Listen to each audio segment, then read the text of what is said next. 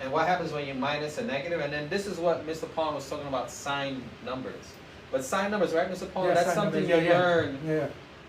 elementary, right? Yeah, elementary, yeah. Because I used to teach from 6, 7, and 8 graders, yeah. That's right. Yeah, So yeah, I know this might look complicated. That means that you just need to really go back to your basic numbers and practice with that. Because at this level of math, algebra and pre-algebra, they assume that you understand. Yeah, they understand, yeah. that you Integers, understand yeah. this. Okay? Yeah, exactly. We first talked about integers. Yeah. So then you need to understand, like, oh, when I minus a negative, it becomes a plus. And so the answer is 63.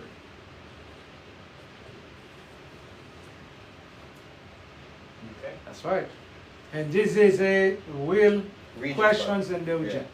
But to me, what I wanted to go over is, I just wanted an example to reiterate what Mr. Paulin did, but I wanted to give you hard, like, region questions that really isn't about doing the math like this. Nowadays, from the most recent exams, they give you questions that make you, like, think. They don't, like the multiple choice, because it's a time test.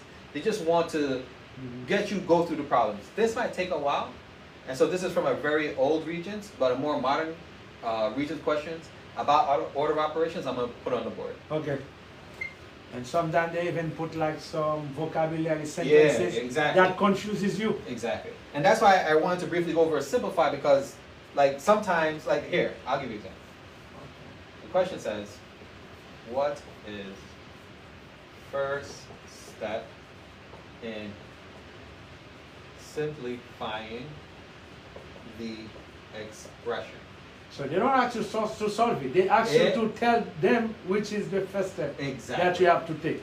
And then look what they